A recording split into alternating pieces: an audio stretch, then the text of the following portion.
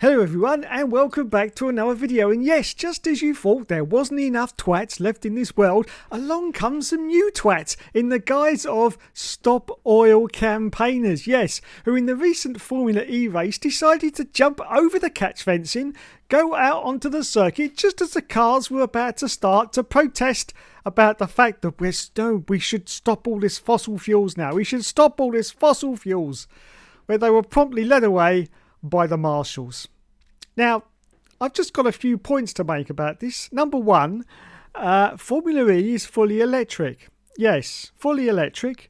So, why are you protesting about stopping fossil fuels when it's fully electric? Now, I know electricity is also made from fossil fuels, but not as much as actual fossil fuels themselves. So, I don't quite get the analogy here. Now, I've also got a couple more points to make, and that is, number one, how did they get to the circuit? Did they walk or did they go by bicycle? Because if they didn't do either of those two things, then they are hypocrisy squared. Because they drove to an event burning fossil fuels to complain about getting rid of fossil fuels. Yes. Probably dropped off by Daddy's Range Rover as well in the process. And don't forget, of course, they had to buy tickets to get to this event, which would have cost them money. So they spent all that money. Don't forget, there's people getting food from food banks. They spent all that money just to jump over a catch fencing to complain about getting rid of fossil fuels. What a complete bunch of twats. Anyway, before we continue, we're going to have a look at a couple of videos. Here's the first one. This is a sort of far out view of what's happened at the Formula E. I'm just going to get rid of my camera because I was actually watching this live at the time. So here we go. This is sort of a far back view from what happened at the Formula E race.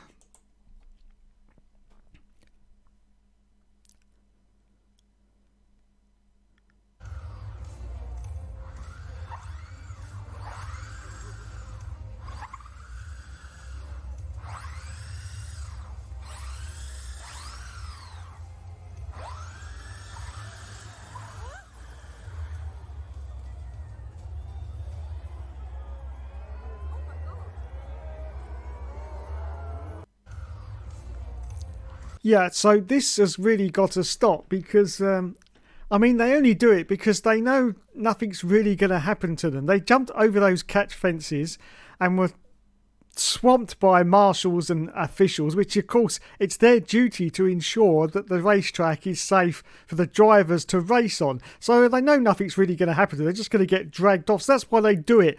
But this is a very, very dangerous situation. You're on a live racetrack full of drivers. I mean, personally, if that was me, I'd just run over him. I'd have just run over him. I would have done. I'm sorry, I would have done. I think what needs to happen is they need to be reminded that they're not superhuman. Now, these are all young kids. When you're a young kid, you think to yourself, you know, nothing can hurt you. You think you're invincible. I was exactly the same. I thought I was invincible as well. But sadly, as the years went on, I found out I wasn't. Yes.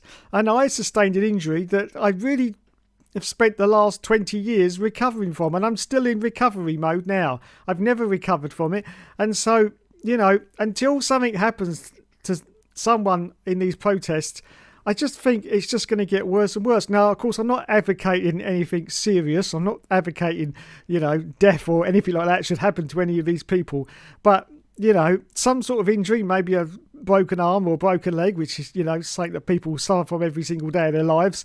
So it's, you know, it's just it's something that you have to sort of, you know, come back from, and it does make you think it's probably what needs to happen until suddenly some of these youngsters wake up and realise that they're not only putting themselves in danger, they're putting other people in danger as well, trying to stop fossil fuels. Now, the thing is, I see where they're coming from about the fossil fuels, yeah, but we can't just suddenly stop fossil fuels overnight. It's been endemic in our society for so many years now. We can't just say, that's it, we're getting rid of it all.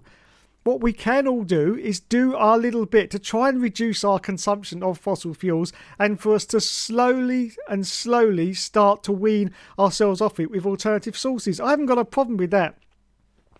But jumping in front of racetracks, jumping on top of snooker tables, spraying them with that orange paint shit, Which, by the way, if anyone from B&Q's watching now, or Homebase or whatever, you should have banned that shit years ago. Unless, of course, they're making it themselves, then, of course, I'll let you off. But if not, don't sell that shit in your shops, okay? Because it's just going to, just don't sell it. Ban it. Ban it completely. But anyway, I've just gone off a little bit of a track there. but yeah, it's just ridiculous that they're putting themselves in danger, and now they're putting other people in danger as well, which they have done before. Now, I was watching Sky News over the weekend, and the head honcho, or the bloke in charge of this stop oil protest, he was going on about, it's not about getting recognition, it's not about getting fame, but, if in like 10 or 20 years they do make a statue about us, then, that can't be a bad thing. Now, I mean, that is just pure nepotism right there. He's saying I'm not really in it for the fame, but I think really he is. Yes, he really is. And all those other silly twats as well that he's managed to con into joining his cult, because that's what it is. It's a cult. The Stop Oil, it's just a cult, nothing more. These are all youngsters, very impressionable, I expect. Probably come from very rich families as well, because if you look at their clothes, okay, this is all completely organised. This costs money. Okay, you wouldn't get poor people out there jumping over racetracks because they wouldn't be able to, because they wouldn't be able to afford to even get to the racetrack because of the high cost of trying to get into a Formula E race in the first place. So they are spending money left, right and centre to complain about stopping oil. Can you see the hypocrisy?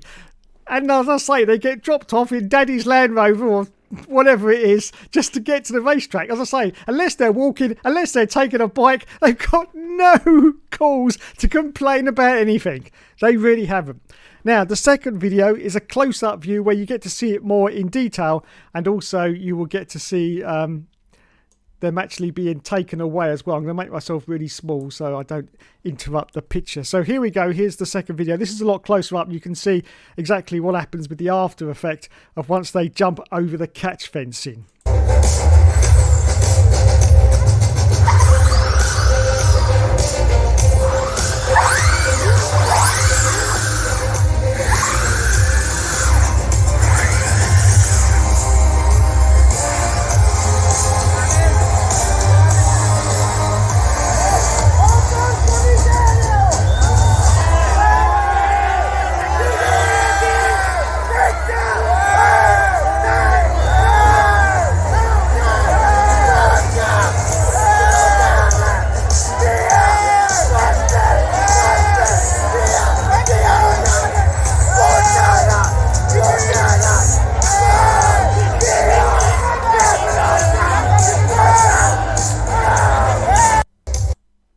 God bless those marshals. That's what I say. They are there to do a job, and they did it superbly.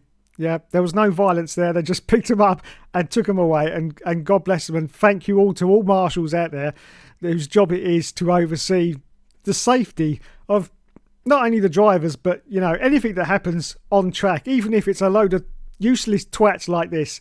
It's just absolutely crazy. There's enough ways to kill yourself in this world without trying to kill yourself. This is just insanity squared. It really is. Now I just want to go back and see if I can get to the bit where there you go. This here, this is a posh girl. Okay, look, she's wearing decent clothing. Okay, she's got her hair all in a nice bun. This is a posh girl. Okay, mummy probably earns at least £35,000 to £45,000 a year, probably working in some kind of hospitality sector or whatever. This is a posh girl. Okay, as I say, you wouldn't be getting poor people. This needs organisation. This needs money, and there is money right on your screen right there. So this is money complaining about money. And that is the hypocrisy of Stop Oil campaigners. Okay. If there was a tramp trying to jump over that fence, I would have so much more respect for these people. It would be unbelievable. If he was dressed in a really old overcoat with a piece of string holding his stomach in, then I would have more respect for these Stop Oil campaigners. But this is just a posh girl trying for a little bit of recognition. That's all it is. I expect Mummy probably thinks, oh, well, you know, it gives them something to do. Gives them something to do, doesn't it? And that's how it goes. But it's just hypocrisy, okay? Absolute hypocrisy. Don't come on here and start talking about getting rid of fossil fuels when you've probably just spent £250, maybe £300, including travel expenses, to get to the event in the first place. And in that event, you have burnt fossil fuels of your own. There you go. Not much more I can say about this. As you can probably imagine, being an old geezer, I'm very, very annoyed about this. Very annoyed indeed. It's just, no, just stop it now. Stop being silly twats, okay?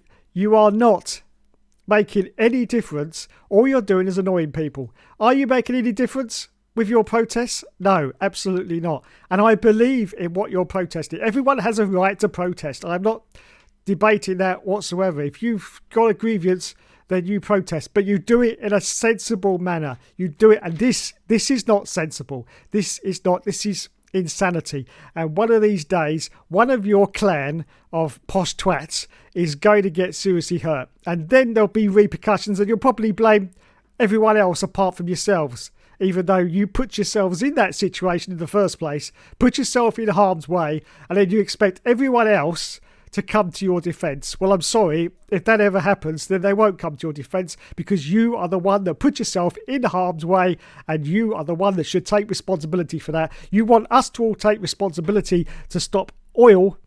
You take responsibility for yourselves and stop this stupidness right now. Thanks so much for watching, everyone. You have been awesome as always, and I'll catch you in the next video.